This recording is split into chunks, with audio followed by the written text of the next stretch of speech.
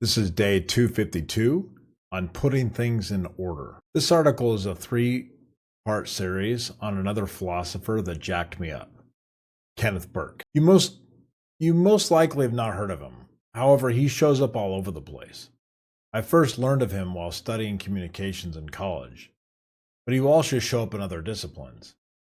Before we begin, I must start with one of his most famous poems. It's called On Putting Things in Order. File this, throw out that, alert the secretariat. In each claim and caveat to better serve the cause of the alphabet. Throw out this, file that. File this, throw that out. We know beyond all doubt how perfect order reconciles, and now throw out all the files. Kenneth Burke was an oddball, indeed. One of those typical stories of someone disaffected with the learning process. He started college but did not finish.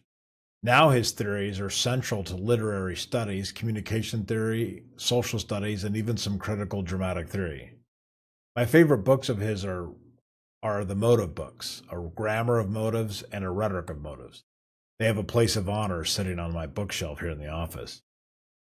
He is most noted for his all the world is a stage motif, which emphasizes that our lives are dramatic actions in which we can analyze our motives through the 5 core elements of act, scene, agent, agency, and purpose. I first got invested in Burke when I had to do a paper on the rhetoric behind Hitler's book Mein Kampf. It was there that I began to conceive of the notion that language acts as our primary filter for how we perceive reality. Through this lens, I was able to understand how the simplistic ideology of pre-World War II Germany was adopted with acceptance, albeit there were many critics at the time. Language is powerful. I may end up spending the later years of my life focusing entirely on linguistics. We have no concept of how powerful the symbolic action behind letters, characters, words, and imagery is in shaping meaning. Burke toys with the Nietzschean concept that language creates conscious thought, and not the other way around.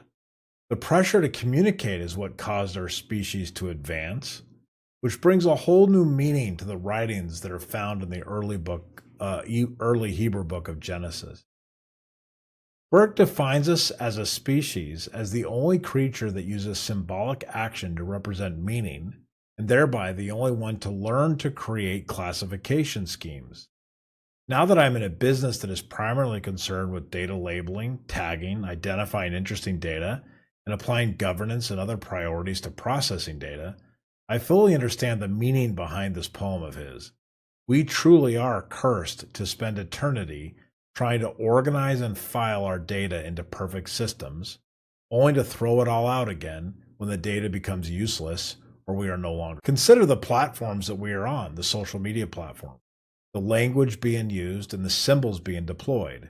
We are definitely, in the words of Burke, a symbol using and misusing animal.